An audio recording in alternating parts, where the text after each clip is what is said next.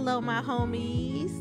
My name is Ronnika, and I'm your homegirl, and welcome back to another episode of the Please Do Tell podcast. It feels like I've been away for quite some time. It's been about a month since I've been in the studio. Things still look the same, but we're feeling even better. I am a little exhausted today. I had a great weekend. I'm just going to jump right into it because I have quite an abundance of stories coming up the next couple of weeks. And so this past weekend, my best friends and we were in Dallas doing a surprise birthday dinner for one of the heartbeats, Demita. And so we also joke about this is really the year of 40 and we're feeling it. We are feeling it. There is no more. We're just going to stay up all night and then take a 4 a.m. flight and then not rest the next day. That's just crazy. And that's what a couple of us did. So, can't do that anymore because I'm still feeling it 4 days later. Okay. But it was a great time. If you follow any of the heartbeats on social media, you'll see the footage. A time was had. Okay. I'm going to have Demita tell the story because if you know us and know our personalities, Demita is, if you think I'm a researcher, Demita is an investigator and she's going to figure it out. And we're so grateful she didn't figure this one out. So I'm going to have to tell that story at a later date. But that's the reason why I'm just kind of like, but I'm here with you and I'm here for stories. There's so many awarenesses that I'm finding out, especially when I'm looking for themes and stuff to talk to you guys about with story time. So not only is April Financial Literacy Month, but it's among so many other things, but it's also National Stress Awareness Month. Like that's a thing. It's wow. So that's what this story time is really going to be geared towards today. As I stated before, the last time I was in the studio was March 14th, and I'm usually scheduled to record every 2 weeks. So on March 14th, I came in here and I was talking about, I think I had the tambourine during that episode, the brand new red tambourine. And I was talking about how my Grammy was saying like that tambourine there's always been a tambourine in the house and I just never learned. Well, like I said, that was March 14th. March 17th, I got the phone call that she died. So, really rocked me. But it was also, it's almost like that episode was preparing me for what was going to come up that weekend. I had no idea. No idea that she would be transitioning a couple of days after I'd recorded a whole episode talking about her.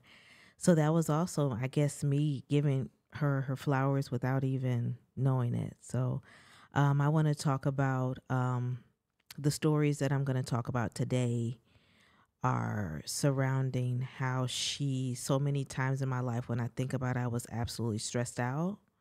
She was the one that I would call to calm me down. So there's just a few stories that even as I was walking around the house today and yesterday, I was thinking like, man, there's so many stories that I can share about her. But there's been major milestones in my life that I've called her or I've went to her house and if you know anything about me, really, I really don't like sitting on the phone all day. And even at Grammy's funeral, like my brother got up and spoke about quite a few past, because she was, listen, when I talked about the coaching church, she well-known statewide, I'm going to say nationwide, and Canada. So international as well. Like it was some heavy hitters in that church. And I was just like, oh yeah, yep. And it's funny because they all have, since my brother's the oldest, they all have these memories and these stories even about him. So he was able to, outside of, and I would have thought that for a minute he would have done the eulogy, but he did not. He was, he had 15 minutes to share stories about her, and gives me chills every time I think about it. And I listened to those clips because it's actually online. It was actually streamed live on the Brotherhood's Church Facebook page. So we're able to look at that for as long as that page is up. It's great. But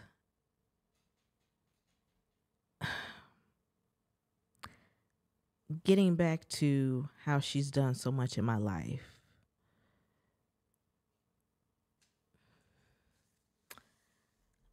I was in undergrad,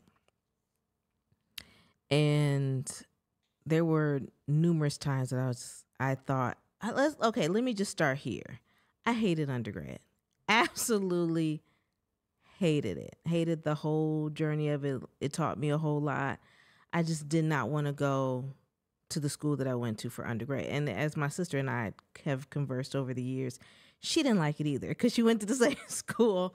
And I don't know if it was the atmosphere, the people, the classes, the professors, I don't know. It's just, well, no, I had some really cool people that I met there. Some really good that are still my best friends too. Maybe it was the professors, maybe it was the classes that was offered. I don't know. But I was switching majors quite a bit. Like I think I started with computer science, and then once I transferred, I went to elementary education, and I called her because I had received, I think I had received a grade that I just was not happy about. And I was really struggling in this class. I believe I was a junior. And by this particular point, you're in your major classes. I called her. I think it was science I think I was sitting outside of a class. It was like science for the elementary teacher or something like that. I think it was in a physics class. I went into the hallway. I called her, crying, just uncontrollable. Like no one could console me in that moment. I remember people walking in the hallway looking at me like, is she okay? Because that's how hard I was crying. And she told me that, she said, well, why are you there? I said, because you all want me to be here. She said, no, why are you there? Like you could have come home a long time ago. I said, no, that's not a choice of mine. She said, well, what do you want to do? And I said, well, I can't keep switching my major because I don't like something and because I'm frustrated. And she said, because you're not doing what you want to do. You're doing what someone else is telling you to do. I got quiet because she was right. She was right. Everyone was telling me, oh, you're good with computers. You should go into computer science. Oh, you should be a teacher because you get summers off. She said, what do you want to do? I said, I want to do history and I want to work in the archives and I want to do documentaries. And she said, well, do that.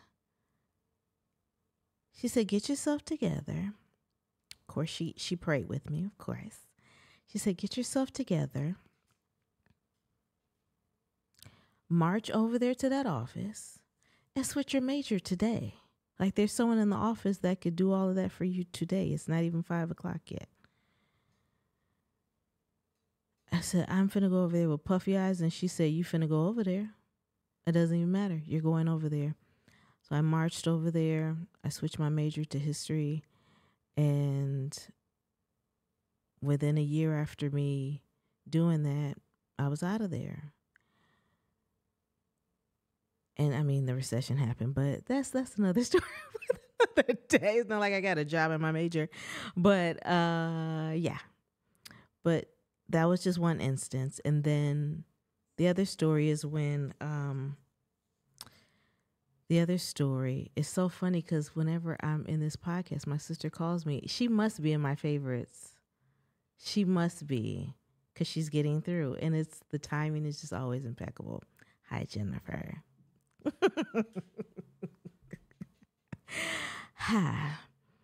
I came home summer of 2012. I was here for about 6 weeks. And I remember going over her house and I was giving her the update of, I said, oh, I've been dating this guy, but I don't think it's going so well. And she said, well, let's go out to lunch tomorrow. This is when there was a KFC buffet in St. Joe, like right near Martin's. I think it was right side of Martin's, front of Martin's, whatever direction you're in. It was right there. There was a KFC buffet. So we went there for lunch, and she was saying, well, do you really like this guy? How will you know? You have to go back and give it a try. And I looked at her. I said, are you trying to marry me off? Because I don't think this is it. Like, I don't know if this is the right one. She said, well, how will you know unless you try? So I packed up my bags because I was actually on the run from, we had a bad argument. I came home to see family. I was honestly like hiding out. Like I didn't do anything wrong, but I didn't want to be bothered. I didn't want to reconnect with him. But she was saying that the only way that I'll know that this is not my person for this season in my life is to go back. So I packed up my things and I went back. And I remember it not working like within a week of me being there. And I called her and I told her, I said, well, he showed his tail, Grammy, and I'm not going back. And she said, and don't. You needed to know. I said, now I'm stuck down here. So what am I supposed to do? She said, the Spirit will lead you. My God, did the Spirit lead me? Because that's how I ended up going back to my eyebrow artist that I had in Dallas. Kim introduced me to her sister, Kendra. And Kendra and I have been good girlfriends / sisters, been at her wedding, was there for her birthday parties, all of that ever since. So the Spirit definitely had to lead me during that season of my life because I wanted to just come back and like, oh, well, it didn't work. I'll just go back to grad school now. But that was probably the best as far as being uncomfortable living in Houston. I had to be uncomfortable in order to grow. And I needed Kendra and her family in my life because that was 6 months before my dad passed away. So there was a reason why I had to get back there to see if this was going to work with this guy or not and meet an extension, I would say, more family because they've essentially become my family. And then the other story that I have about her is after going back to grad school, graduating, I then moved back to Dallas again. That's how that back and forth to Dallas happens. I moved back to Dallas. She called me on was it a Sunday night? I think it was a Saturday night, actually. And first of all, I laugh because with Dallas, they're on Central Time and Michigan is on Eastern Time. When she called me, I was like, man, it's late. It's late over there. What is she doing? Call me. I think it was like 10 o'clock at night. So she called me and she said, I couldn't sleep. Like, you've been on my mind. What's going on there? And I was telling her about working 6 days a week. And she said, oh, no, you got to get out of there. I said, how did you know? I've been making my plans to get it. She said, no, you have to get out of there quick because you're not even going to church. I said, no, I'm so exhausted. Like I'm working Monday through Saturday. I'm exhausted. When I try to go to church, she said all these excuses because she said it's cutting into your time with Jesus. You got to do something. It doesn't sound healthy. It sounds like abuse. Are you even happy there? I said, no, I don't have a social life. I'm just working. She said, no, you got to get out of that job. I kid you not. Weeks after we had that conversation, I got laid off. I was already planning on leaving that job by August, but by July, I was given a severance package and I had an additional, because like I said, my lease was up in August. So if I was let go like July 14th, 15th, I had a good 6 weeks of just rest or seeing friends, flying out to see friends because now I wasn't working all the freaking time. And a piece of me wondered, like, did she pray me out of that job? Did her and my mama pray me out of that job? Because they're good for that. They will pray me out of a situation even when I feel like I don't have the words to even pray for myself. I knew that they were really going to the Lord on my behalf. So I moved back home and I started to really get into collecting these stories for the Final 48 project because I said, man, Final 48 was something that I was doing during my downtime in Dallas. That's really when it started. I started collecting these stories of Black grief and those journeys. So I came home. One of the stories that I had was my classmate Shanquelle, who actually makes my merch. She had lost her father, so I was doing her story. And after I did her story, I went over my Grammy's house and I told her what I had been doing. She had some idea, but I was really telling her. She knows the family, so I was giving her like background and how I was collecting the stories. And I sat down there and I said, "Can I press record?" And she said, "Yes, you can hit record." I said, I don't want to forget anything that you tell me this afternoon. I want to be able to record all of it." She said, "Okay." So I pressed record. She's giving me scripture. She's giving me story time. She gave me the story of, I had heard bits and pieces of when my papa died, where she was and what happened, but I didn't know about the months or the years leading up to that. I told my sister recently, I said, I will never know what she whispered in my dad's ear at his mother's funeral. Like that's between the two of them now. I never asked her. I always wondered as a 12-year-old observing at a funeral, what did she say to comfort my dad in that moment? I don't know. But in that afternoon with her, and she had somewhere to be. Let me just let me just say that she had somewhere to be. She was still in her house coat. Bath was already ran. She was just kind of going back and forth, but she sat down for 2 hours, story time, scriptures. When you're collecting these stories of grief, this is what you need to do. This is what you need to provide. You need to provide comfort.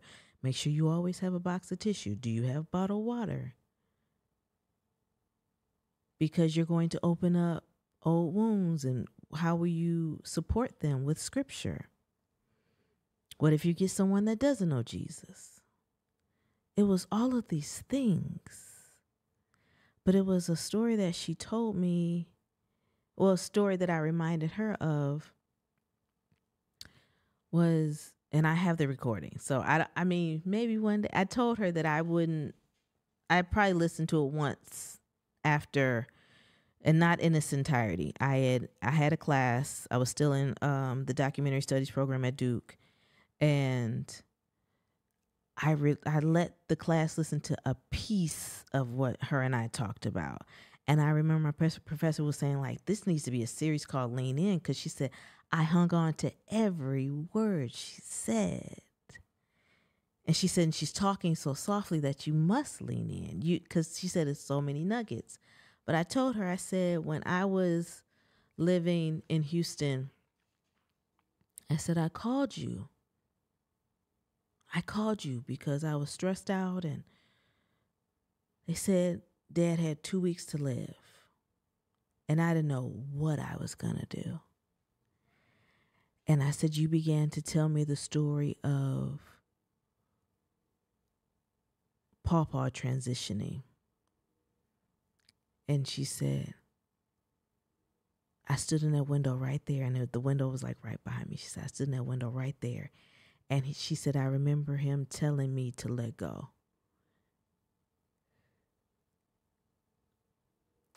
She told me to let go that day. And she said it was probably one of the hardest things I was ever going to have to do. And it was, but she said, God will give you the peace to keep going, but you have to let go. And even as I go back and I've listened to the recording since she's passed like quite a few times. Like even I think the morning of her funeral, I went and I listened to it. Like it put me back to, or no, the night before, it put me to sleep. And I just listened to how helping someone cope with the grief that was to come. I was anticipating that this was happening, and that's what she was telling me in that moment. But she told me I had to let go. And so when I even think about stress, the amount of stress I've been under, even in this time in my life, this season of my life, with trying to start a nonprofit, with doing Retracing Their Steps. And I had to look around and I said, I'm not only grieving people that I've lost, I'm grieving things that I need to let go of. But just hearing her say, you have to let go. You have to let go. You have to. I was telling my best friend Chantel, one of the heartbeats, when we were together this past weekend before we flew out to Dallas, I was telling her about this dream I had and how it was me and Cooper, which is my little miniature poodle. Me and Cooper were walking through, we were on a trail, but it was like in a forest, and there were mountain lions like all around us coming towards us. And the first thing I thought was, oh my God, they're going to go after Cooper and then they're going to go after me. But I wasn't as terrified because clearly my dad came to me in a dream that night and said, do not look at the mountain lion in his eyes. Just keep walking forward. Keep walking forward. As I'm walking down the path, not giving eye contact to anything else that's around me, the mountain lion is like devouring other things that are trying to get in my path. And it was things that I need to let go of. So when I think about things that I don't have any control over and that I need to let go, I need to pray about it and have peace with letting go. So you all, this is it's a hard one for me to kind of get through, but I know that especially being a millennial and we've seen so many things and I believe so many people can identify with having some type of stress in their life. So with this month, with it being National Stress Awareness Month, I want you to evaluate, take some time, evaluate some things that are in your life that you need to let go of. If there's some grief, there is some, just some emotions, some hatred, some anything that you have that's weighing you down, to let it go. And as we're in also a new season, it's now spring, and I'm really looking forward to spring cleaning my garage. I said it last year, but it's really going to happen this year, Lord. It's going to happen because I have to let go of some things in order to bring in the new. So my Grammy has taught me a lot of things that will be with me forever. And I thank God for my mom and the village that she has built around us. Because I don't know what my life would be like. It would be a significant void. I don't think as I said, she was the one that taught me how to be a Christian woman and grieve. Like, she was the one who taught me that. So shout out to my mom for building that village and for my Grammy definitely being a part of it. So you all, that's going to wrap up this episode of the Please Do Tell podcast. I am your homegirl, Ronnika. Tell a friend to tell a friend to come check us out, and we'll see you next time.